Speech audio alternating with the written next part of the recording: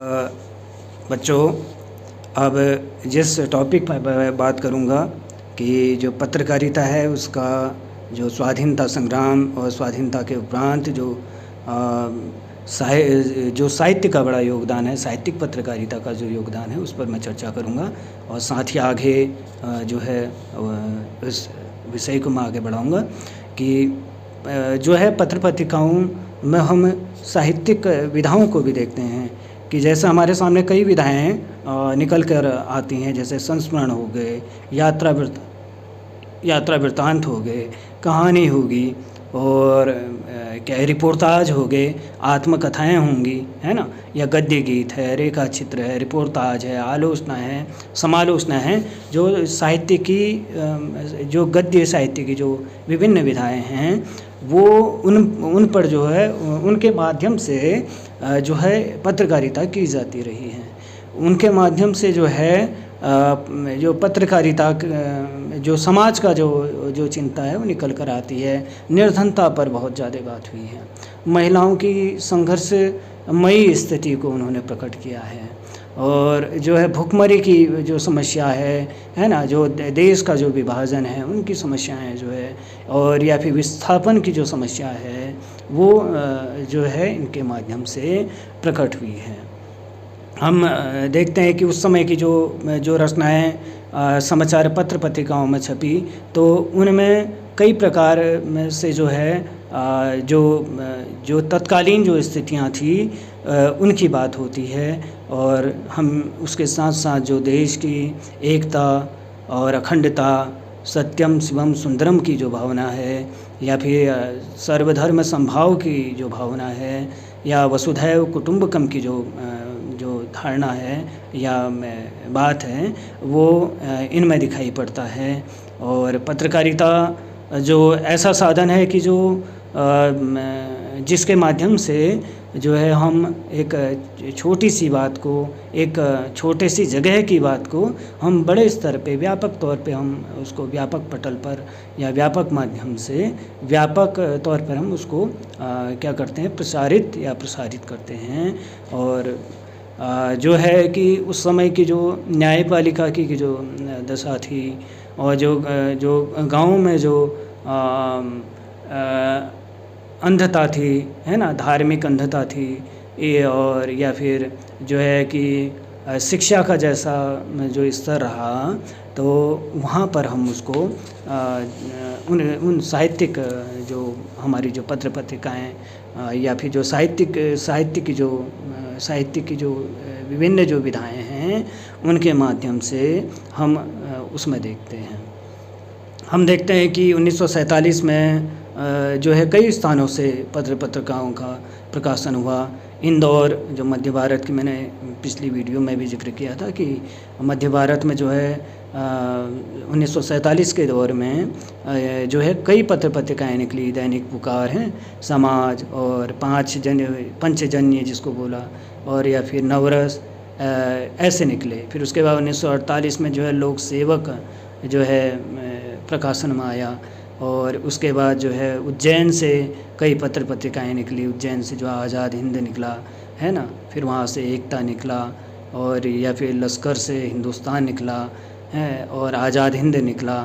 उज्जैन से ही एकता निकला और जो है स्वतंत्र भारत, संध्या जैसे पत्र पत्रिकाएँ या हजामत जो है ऐसे पत्र पत्रिकाएँ निकले। और हास्य व्यंग के माध्यम से भी बच्चों कि हम देखते हैं कि हास्य व्यंग के माध्यम से भी जो है समाज की जो विषमताएँ हैं, निर्धनता है, बेकारी है, बेरोज़गारी है और जो भूखमरी है, चिकित्सा की जो बात है, महिलाओं की जो दशा की बात है ना?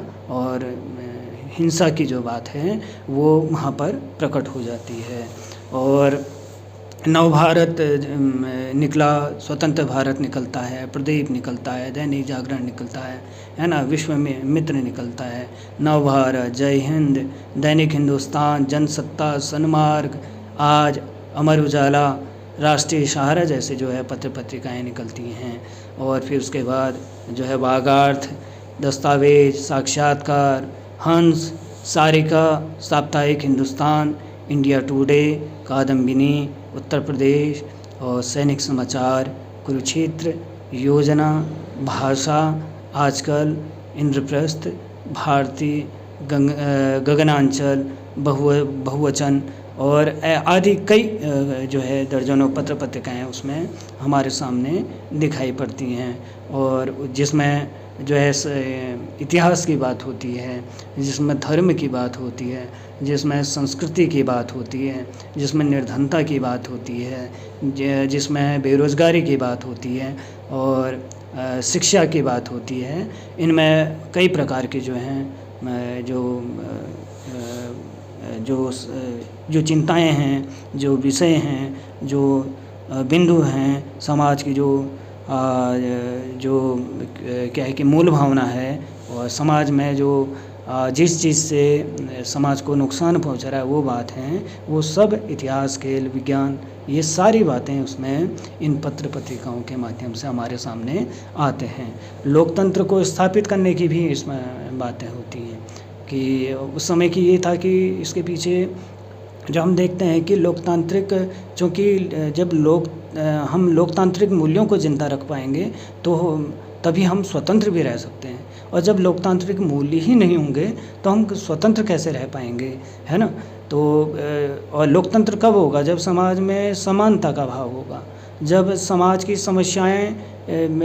समस्याओं का समाधान होगा, जब समाज में न छोटा होगा, न बड़ा होगा, न अमीर होगा, न गरीब होगा, ना ये चीज़ें जब होंगी तो समाज में लोकतांत्रिक जो है स्थितियाँ जो पैदा होंगी, और किसी भी देश को संचालित करने के लिए, बेहतर संचालित करने के लिए वहाँ पर लोकतांत्रिक मूल्यों का जीवित रहना बहुत कीमती हो जाता है। और हम देखते हैं कि जागरूकता पैदा करने के लिए उस समय पत्रकारिता होती है, और जो है प्रेस अपने माध्यम से विभिन्न पत्र पत्रिकाओं को प्रकाशन कर जो है एक अच्छी सामग्री हमारे सामने पेश करता है।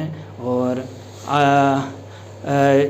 जो जितने भी अगर हम पाश्चात्य देशों की बात करें, चाहे फ्रांस की बात करें, चाहे या और भी जो देश हैं जो तानाशाही में देशों को हम उसमें अगर हम लें, तो वहाँ पर लोग जो प्रेस है उस पर काफ़ी कड़े प्रतिबंध हैं, या मतलब मीडिया जो है उस पर प्रतिबंध है। लेकिन भारत में जो है वो प्रतिबंध नहीं है। भारत में हमें बोलने की आज़ादी दी जाती है, समाचार पत्र बोलते हैं, है ना, या फिर कोई सोशल मीडिया इतना ज़्यादा बोलता है कि कहीं पे किसी पर लगाम नहीं है, या फिर इलेक्ट्रॉनिक मीडिया में आप टेलीविज़न में देखें हम बोल रहे हैं, है ना, दूसरे पर आरोप प्रत्यारोप लगा रहे हैं।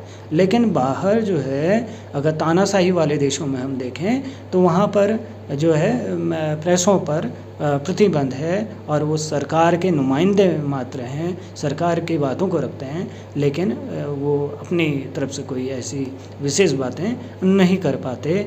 और तो ये हम देखते हैं कि वहाँ पर लोकतांत्रिक जो स्थिति है, मूल्य जो हैं, या लोकतांत्रिक जो व्यवस्था है वो नहीं चल पाई। लेकिन भारत जैसे लोकतांत्रिक देशों में जहाँ मीडिया स्वतंत्र है, वहाँ पर लोकतांत्रिक मूल्य जीवित हैं बच्चों। तो आज मैं आपको यही कहूँगा कि किसी भी देश, कोई भी देश तभी विकसित हो पाता है जब वहाँ पर लोकतांत्रिक मूल्य जीवित हों, और यदि वहाँ पर लोकतांत्रिक मूल्य जीवित नहीं होते तो उस देश में का विकास थम जाता है। और जहाँ पर लोकतांत्रिक व्यवस्थाएं काबिज नहीं रह पाती, वहाँ पर तानाशाही प्रवृत्ति जो है प्रकट होने लगती है। वहाँ पर न जनता के हितों की बात होती है, वहाँ पर जनता की समस्याओं के समाधान की बात नहीं होती है।